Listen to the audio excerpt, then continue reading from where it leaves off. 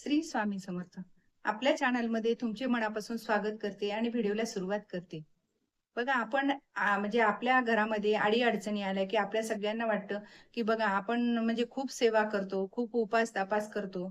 कुठलीही सेवा आपण मनापासून करतो, पण तरी आपल्या घरामधल्या अडी-अडचणी संपत नाही. आजारपण संपत नाही. काही ना काही आपलं म्हणजे कुठं काम व्हायची वेळ आली, की अर्धवट याच्यातच आपलं काम बंद पडतं. आपलं काम होत नाही. तर असं का बरं होतं? हे असे बऱ्याच जणांना प्रश्न पडलेले असतील.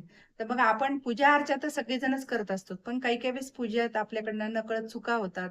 आपल्या म्हणजे आपण जी काही सेवा करायची असते ती आपल्याकडनं विसरून जाते. त्यामुळे आपल्याकडे म्हणजे कामामध्ये आपल्या अडी-अडचणी येतात आणि आपल्या घरामध्ये नकारात्मक ऊर्जा शिरते.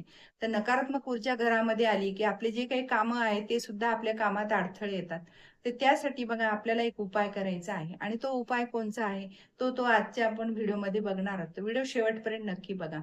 तर बघा आपण आपल्या घरामध्ये कुलदेवी असते, कुलदैवत असतं. आपण ह्याचा मान-सन्मान करतो का? कारण आपण सगळ्या देवांची पूजा करतो. म्हणजे कुलदैवताची पूजा करतो, कुलदेवीची पूजा करतो. पण वर्षातून एकदा, दोनदा का होईना आपण कुलदेवतेच्या दर्शनाला जातो का? हा प्रश्न आपल्याला म्हणजे कधी-कधी आपण नकळत विसरून पण जातो. आणि जरी गेलं तर कधी-कधी आपण म्हणजे मान-सन्मान करायचं सुद्धा विसरून जातो. तर ही गोष्ट म्हणजे आपल्याला मान-सन्मान करायची आहे.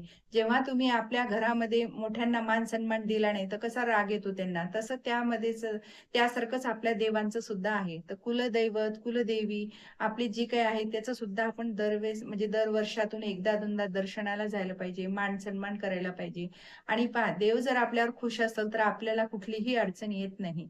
त्यामुळे आपण म्हणजे वर्षातून एकदा दोनदा दर्शनाला जायला पाहिजे. ज्यांना आपल्या घरातल्या सगळ्यांना शक्य नाही झाले, तर जे काही आपल्या घरामधल्या मोठे व्यक्ती असतील, त्यांनी जाऊन जरी दर्शन घेऊन आलं, तर त्याचं फळ आपल्या पूर्ण घराला मिळत असतं.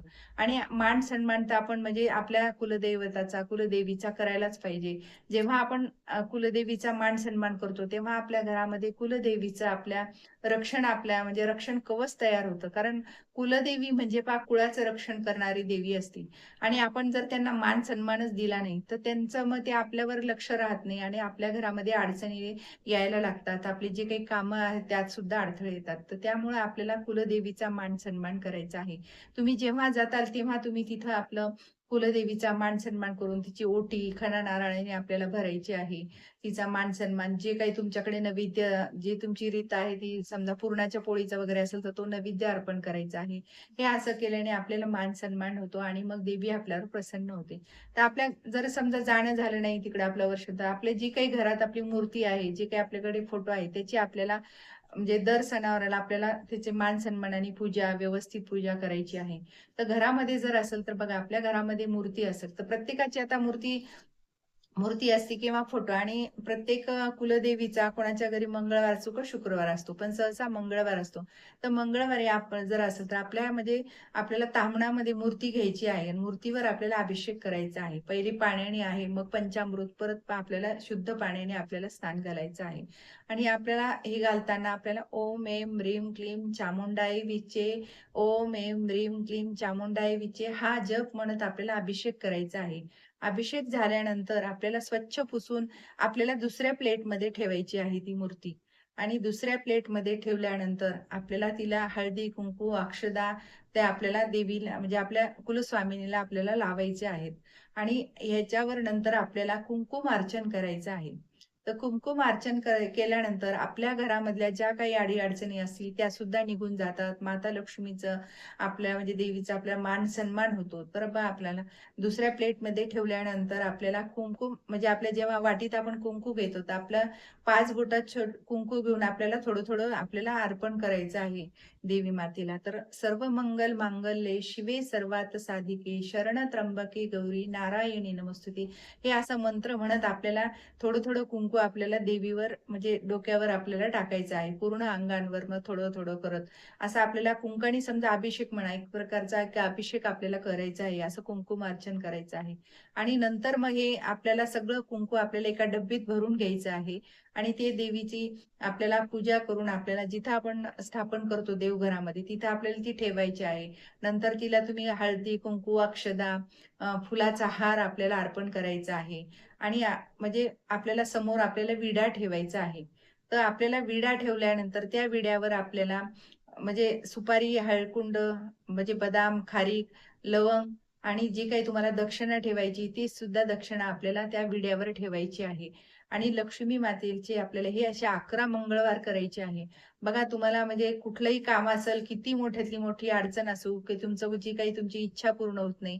ह्या 11 मंगळवार जर तुम्ही अशी पूजा केली, तर नक्कीच तुमच्या 11 मंगळवारमध्ये तुमची म्हणजे जे काही तुम्हाला 11 मंगळवारच्या आतच तुम्हाला गुण येतो आणि ही साधी सोपी पूजा आहे. आपल्याला कुठं बाहेर जायचं नाही. आपण घराचे एरवी आपण अशी कुलदेवीची आपण पूजा करतोच आहे.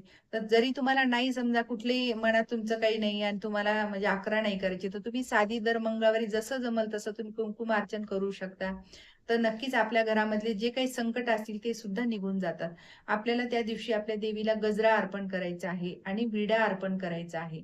तर हे मंगळवारी जसं तुम्हाला शक्य होईल त्या मंगळवारी तुम्ही करू शकता. आणि जर ज्यांना फारच खूपच आता इच्छा आहे आणि ज्यांची असा संकल्पयुक्त करायची त्यांनी 11 मंगळवारी हे दर 11 मंगळवारी आपल्याला हे करायचं आहे. असं करून आपल्याला जे काही इच्छा असेल तर त्या तुमच्या इच्छा पूर्ण होतील. आणि आपल्याला कुलदेवीची आपल्या जी काही आरती असेल ती आपल्याला आरती म्हणायची, धूप-दीप ओवाळायचा आहे. जो काही गोडाचा नैवेद्य केलाय तुम्ही तो नैवेद्य दाखवायचा आहे. तर बघा तुम्हाला मंगळवारी उपास करायचा असेल तर तुम्ही करू शकता. नसता तुम्ही पूजा होईपर्यंत जरी उपास ठेवला आणि नंतर जेवण केलं तरी चालेल. कारण याचा काही अशी कडक पूजा, कडक असा उपवास वगैरे व्रत असं काही नाही. अगदी साधं, सोपं आणि भोळ्या भावाने आपल्याला ही पूजा करायची आहे.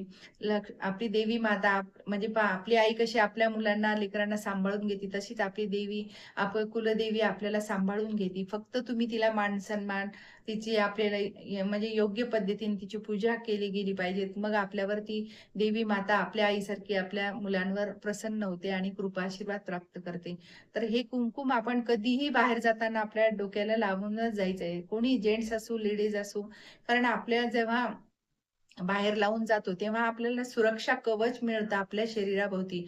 आपल्याला वाईट संकट म्हणजे जे काही वाईट वेळ आपल्यावर येऊ देत नाही, संकट आपल्यावर येत नाही. त्यामुळं प्रत्येकाने घराच्या बाहेर जाताना पहिले ते डब्बीतलं कुंकू लावायचं आहे.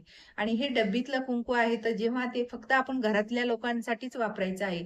बाहेरचं कोणी आलं तर आपण कुंकू लावतो, तर त्यांना वेगळं कुंकू लावायचं आहे. हे आपण जे कुंकुमार्चनचं कुंकुम आहे, ते फक्त आपल्या घरातल्या मंडळीनेच वापरायचं आहे. कारण आपल्या शरीरात त्याची ऊर्जा तयार होते आणि सुरक्षा कवच मिळतं. त्यामुळे ते आपण आपलंच पूजा केलेलं कुंकू आपणच लावायचं आहे. आणि ही अशी साधी सोपी आपल्या कुलदेवतेची मान-सन्मान जर केला, तर नक्कीच आपल्यावर देवी माता प्रसन्न होते. जेव्हा जर आपल्याकडे कोणी सवाष्ण आली, तर तिचा पण आपण मान-सन्मान करून तिची ओटी, तिला जे काही तुम्हाला देता येईल दानधर्म म्हणजे असं साडी म्हणा, ब्लाउज पीस म्हणा, जे तुम्हाला करता येईल ते करू शकता. नाहीच शक्य झालं तर हळदी-कुंकू, ओटी, चहा, दूध जे काही तुम्हाला देता येईल ते तुम्हाला द्यायचं आहे. असं जर तुम्ही म्हणजे श्रद्धेने जर केलं तर नक्कीच आपल्या ज्या अडी-अडचणी घरावरच्या आलेल्या आहेत त्या निघून जातात. आणि अगदी साधी सोपी पूजा आहे. तुम्हाला हार मिळाला तर ठीक आहे, नाहीतर 2 फुलं जरी मिळाले तर तुम्ही ते देवी मातेच्या गजरासारखं तुम्ही त्यांना म्हणजे लावायचं आहे डोक्यावर, ठेवायचं आहे. अगदी साधी सोपी आणि आपल्याकडे जे विड्याचं साहित्य तर आपल्या घरामध्ये सगळंच असतं. पण हे दर मंगळवारी आपल्याला तिला विडा आणि हार अर्पण करायचा आहे. ह्या मुख्य गोष्टी जर अर्पण केल्या तर देवी माता आपल्यावर प्रसन्न होते आणि आपले कृपा आशीर्वाद देते. आणि नक्की हे मंगळवार करून बघा. घरातल्या घरात करायचंय, आपल्याला बाहेर जायचं नाही. घरात आपण बसून जरी कुठल्याही वेळेत जर केलं आपलं पूजा झाल्याच्या नंतर, तरी आपल्याला चालतं. आपल्याला याचं वेळेचं बंधन नाही, तिथीचं बंधन नाही. दर तुम्ही मंगळवारी तुमची पूजा झाल्यानंतर ही पूजा करायची आहे. आणि अगदी अशी साधी, सोपी, प्रभावी आहे, उच्च कोटीची सेवा आहे. नक्की करून बघा. श्री स्वामी समर्थ. जय जय स्वामी समर्थ. माझा जर व्हिडिओ तुम्हाला आवडल्यास लाईक, शेअर आणि सबस्क्राईब करायला विसरू नका.